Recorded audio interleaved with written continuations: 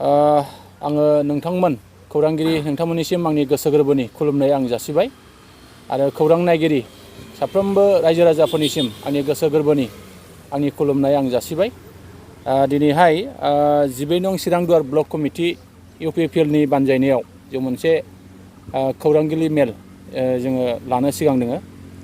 बे खौरांगिरिनि मेलानो जादों जोंहा 12 नं चिरांदुवार ब्लक कमिटि इउपिपिएलआ फैगौ 30 एप्रिल 2023 जोंहा 16 बैसाग 1430 बाङाव 12 नं चिरांदुवार ब्लक कमिटि इउपिपिएलनि बानजायनायाव मोनसे नैथि रंजालि बैसागु बिदाय फोरबो जोङो खुंनो सिगांदों।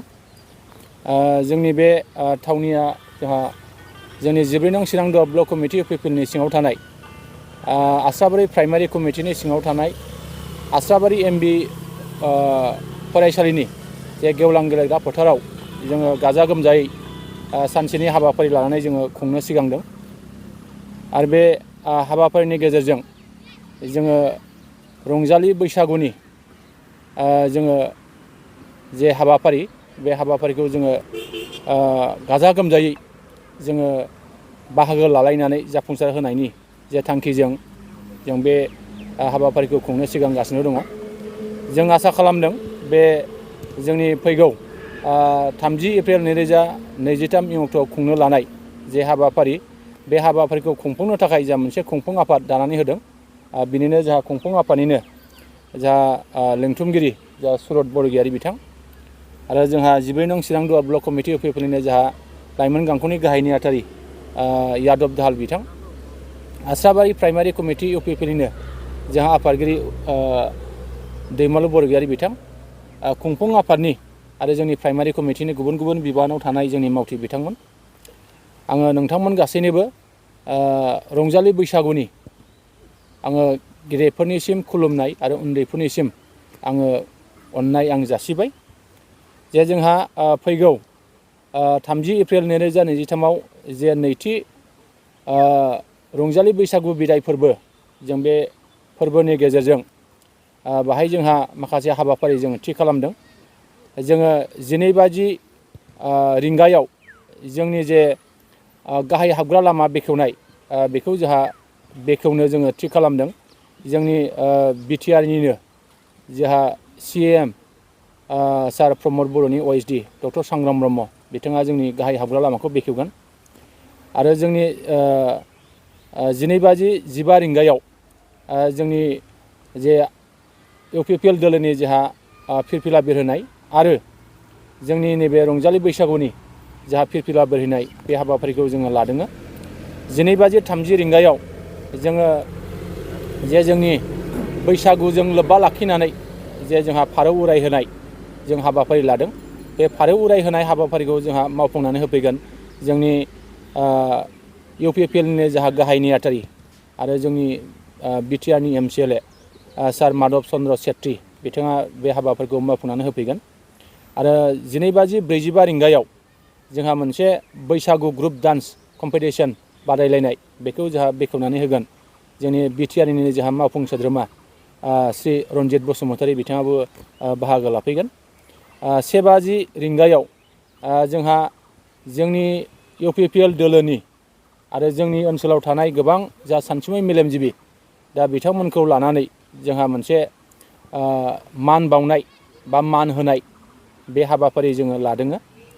आरो जोंहा 1:15 रिंगायाव जा गोदान बोसोर रंजालि बैसागुनि माखासे रायजोफोरनिसिम जे मेसेज बेखौ होनो जोङो लादों। आरो बेखौ होगोन जोंहा जोंनि इउपिपिएल दोलोनि मावफुं आफादगिरि लोगोसे रायजो सभानि MP सार रोनगोरा नार्जारी बिथाङा बाहाय बाहागो लाफैगोन। आरो जोंहा 4:50 रिंगायाव जोंनि बे रंजालि बैसागुजों जे बादायलायनाय जे हाबाफारि बेनिनो जोंहा बान्था रानफैगोन। बे बान्था रानफैनाय हाबाफारियाव जोंहा बाहागो लागोन जोंनिनो 31 नं सिलि बियाबनि जा MLA सार जयन्त बसुमतारी बिथांमोनहा बाहागो लागोन। आरो ओनसोलनि जोंनि आफादफोरनि गुबुन गुबुन आफादफोरनि जोंहा बाहाय बाहागो लाफैगोन। जोंनि जिल्लानि जोंनि दैदेनगिरिफ्रा बाहाय बाहागो लाफैगोन, मिरुनि दैदेनगिरिफ्रा बाहाय बाहागो लाफैगोन, जोंनि ब्लक कमिटिनि प्राइमारि कमिटिनि आरो BCDCनि जोंहा दैदेनगिरिफ्रा बाहाय मैखोमै बाहागो लाफैगोन आरो जों आसा खालामो बे हाबाफारिया खोब रंगिना संगिनानैनो जाफुंसार जागोन बेखौ जों मिजिं खालामदों।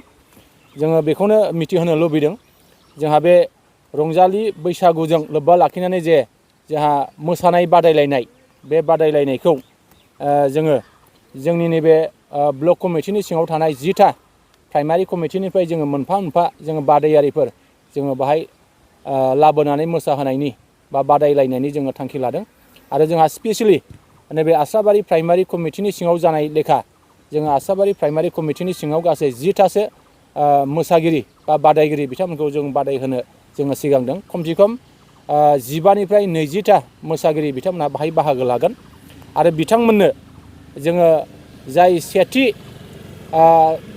सायख'जागोन मोसानाय बादायलायनायाव सेथि सायख'जागोन बाहाय जोङो सेथि बान्था महरै जोङो हरनो सिगांदों 10,000 बिथांमोननो नोगोद जोङो बान्था हरनो सिगांदों। नैथि सायख'जानाय बिथांमोननो जोङो नैथि बान्था महरै जोङो 7,000 नोगोद रां बिथांमोननो जोङो हरनायनि थांखि लानाय जादों। लोगोसे थामथि सायख'जानाय थामथि बान्था महरै जोङो हरनो सिगांदों 5,000 बिथांमोननो जोङो हरनो सिगांदों आरो जोंनि बे बादायलायनायाव जायफोर मोसागिरिफ्रा बाहाय बाहागो लाफैगोन दा बिथांमोननो जों कनसुलेसन प्राइज हिसाबै मोनसे मोसागिरिफोरनो 2,000 जोङो बिथांमोननो नोगोद कनसुलेसन बान्था महरै जोङो हरनो सिगांदों। जों आसा खालामो जोंनि नैबे 14 नं चिरांदुवार ब्लक कमिटि UPPनि सिङाव थानाय जोंहा 10टा प्राइमारि कमिटि दङ 9टा BCDC जोंहा दङ। दा बिथांमोननिफ्राय जोङो लैहोर लैहोर बाहाय निसय बाहागो लागोन। जोंनि ब्लक कमिटिनि दैदेनगिरिफ्रा बाहाय लैहोर लैहोर बाहागो लागोन आरो जोंनि नैबे आसाबारि ओनसोलनि रायजो राजाफ्रा बाहाय लैहोर लैहोर फैनानै निसय मैखोमै बाहागो लागोन।